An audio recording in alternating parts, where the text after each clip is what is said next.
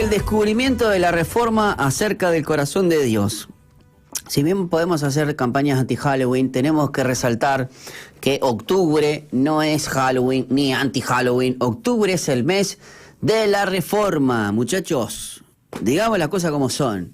Es mucho más importante celebrar que ser anti, así que si bien vamos a tener algunos spots armados para que la gente también tome conciencia, obviamente, pero más increíblemente tenemos que celebrar, y creo que hay una movida, no tengo acá los datos, pero luego se los voy a dejar para mañana o quizás para más adelante, de que se va a hacer algo en el Palacio Legislativo, pero bueno, vamos a dar bien la información y no tirar fruta, porque si no, somos como Andresito, hablamos lindo. Bueno, esto que vamos a estar hablando es de justamente Lutero y el descubrimiento de la Reforma acerca del corazón de Dios. Esto es de Coalición por el Evangelio, que dice que bueno, la Reforma no se trató solamente de un debate intelectual y de tener la doctrina correcta. Obviamente que la doctrina importa. De ahí vienen todas las famosas solas de la Reforma, ¿no? Las cuales resumen las enseñanzas de este movimiento, del Lutero. Pero más que solo tener una doctrina correcta, la Reforma trató de conocer cómo era el corazón de Dios hacia los pecadores, ¿sí? Así que vamos a hablar acerca del verdadero descubrimiento de Martín Lutero, en la frase más hermosa que escribió. Pero para eso hay que entender cómo este monje de mente muy aguda llegó a abrazar la enseñanza de la justificación por la fe sola, o por sola fe.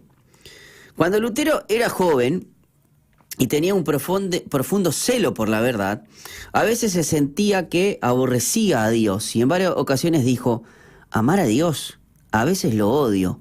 Más adelante confesó: ciertamente yo amaba al Dios justo que castiga a los pecadores, pero secretamente lo odiaba y murmuraba grandemente contra él.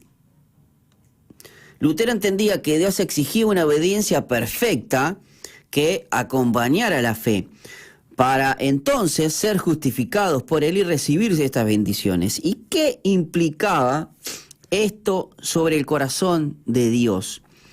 Implicaba que él no era generoso ni lleno de gracias a nosotros, sino que era un tirano. Así que la única forma en que se podía recibir algo de él era si pagábamos por ello y lo ganábamos.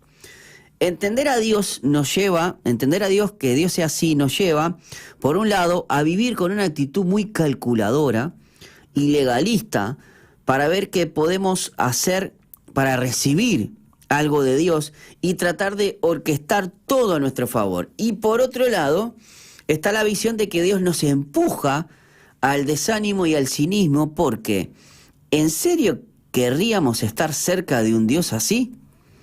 Si Dios es mezquino y no quiere lo mejor para nosotros, entonces no podemos estar seguros de que somos plenamente conocidos y amados. Tenemos que vivir siendo calculadores o cínicos, que es una mezcla de ambos. Porque al final necesitamos hacer algo si queremos ser aceptados y perdonados por Dios. Sin embargo, la historia de la Reforma y el testimonio de Lutero nos cuenta cómo él llegó a abrazar el evangelio bíblico y la paz que tanto anhelaba su alma atribulada. Aunque creía que Romanos 1:17 hablaba de la justicia activa de Dios contra los pecadores, por la gracia de Dios llegó a comprender que se trataba realmente de la justicia pasiva con la cual el Dios misericordioso nos justifica por fe. Somos declarados justos por el Dios lento para la ira y grande en misericordia, solo por medio de la fe en Cristo. Lutero sintió que había nacido de nuevo por completo y que había entrado al paraíso a través de estas puertas que estaban abiertas. Conoció así a un Dios que no era tirano y que exigía obediencia perfecta para justificarlo, sino que era un Dios generoso que justifica al creyente por medio de su obra en la cruz. Lutero entonces descubrió que era más aceptado y amado en Cristo de lo que él imaginaba. Bueno, ahora bien, todo esto, todo esto no es del todo descubierto por Lutero, sino que es solamente un preámbulo. ¿Por qué? Porque Lutero no solamente conoció que Dios es bondadoso al justificarnos por la fe sola, sino que además nos transforma por su bondad. Esto revela cuán diferente es su amor al nuestro. Estoy convencido de que la frase más hermosa escrita por Lutero fue la tesis número 28, presentada en la disputa de Heidelberg en 1518. Esta tesis resume en gran parte la manera en que la Reforma Protestante nos ayudó a volver a las Escrituras para entender cómo Dios nos revela su amor en el Evangelio. Y la frase dice así: el amor de Dios no encuentra, sino que crea lo que le agrada. El amor del hombre llega a existir a través de lo que le agrada. ¿Qué significa exactamente esto? En las tesis anteriores, acuérdense que Lutero hizo 95 tesis. En las tesis anteriores, Lutero argumentaba que nuestra justificación delante de Dios es por medio de la fe, no por nuestra obediencia a la ley. Y también argumentaba que nosotros somos pasivos en la forma en que alcanzamos esta salvación. Pero ahora, en esta frase, Lutero va al corazón del asunto y explica la diferencia entre el amor divino y el amor humano. El teólogo Karl Truman lo comenta de la siguiente manera: el amor humano, afirma Lutero, es recreativo. Responde a algo intrínsecamente atractivo en un objeto, que en consecuencia lo atrae. En otras palabras, el amor humano se siente atraído por lo que primero encuentra hermoso. Cuando un esposo recuerda el momento en que se enamoró de su esposa, recuerda que vio algo intrínsecamente atractivo dentro de ella, tal vez su belleza física o su personalidad encantadora, y su corazón fue movido a amarla. Había algo en el objeto de su amor, o sea, ella, que existía antes de su amor y lo atraía hacia ella. Esta es la dinámica básica del amor humano.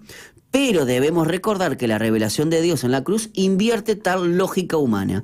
Así, el amor divino, por el contrario, no es reactivo, sino creativo. Dios no encuentra lo que es hermoso y luego se mueve en amor hacia él. Algo que se hace hermoso por el hecho de que Dios pone primero su amor en ello. Él no mira a los seres humanos pecadores y ve entre la masa de personas a alguno que intrínsecamente sea más justo o más santo que otros, y por lo tanto se siente atraído por ellos. Más bien, la lección de la cruz es que Dios elige lo que es desagradable y repulsivo, injusto y sin ninguna cualidad redentora, y prodiga su amor salvador en Cristo sobre ello. O sea, esto lo cambia todo, literal. Este es el corazón de la Reforma. El amor de Dios no es como el nuestro. El amor de Dios no encuentra, sino que crea lo que le agrada. A esto apunta la justificación por la fe y por la gracia. La belleza del corazón de Dios es revelado entonces en cómo nos redime, de manera en que somos librados tanto de una actitud calculadora hacia Él, porque acordamos que fuimos enemigos de Él, que podemos llamar quizás legalismo, como de una actitud cínica hacia Él, donde la podemos llamar como libertinaje. Lutero fue un hombre con muchas fallas, pero para él y los demás reformadores se trataba en realidad de conocer al Dios verdadero y no una versión distorsionada y tirana de su carácter. El mensaje de la Reforma nos muestra que Dios no es un tirano cósmico que solo da sus mayores regalos a quienes hacen el mejor esfuerzo hasta el ridículo o el agotamiento. Por eso es que no nos pide hacer sacrificios a nosotros tampoco. Él es un rey de bondad que da sus mayores regalos por amor a quienes no lo merecen y no pueden hacer nada para ganarlo. Y el regalo más grande que nos da es Él mismo, cambiándonos de una manera en la que más lo necesitamos. Esta realidad acerca del amor de Dios es rechazada, oscurecida y tergiversada cuando se niega que Dios justifica y salva al pecador por sola gracia.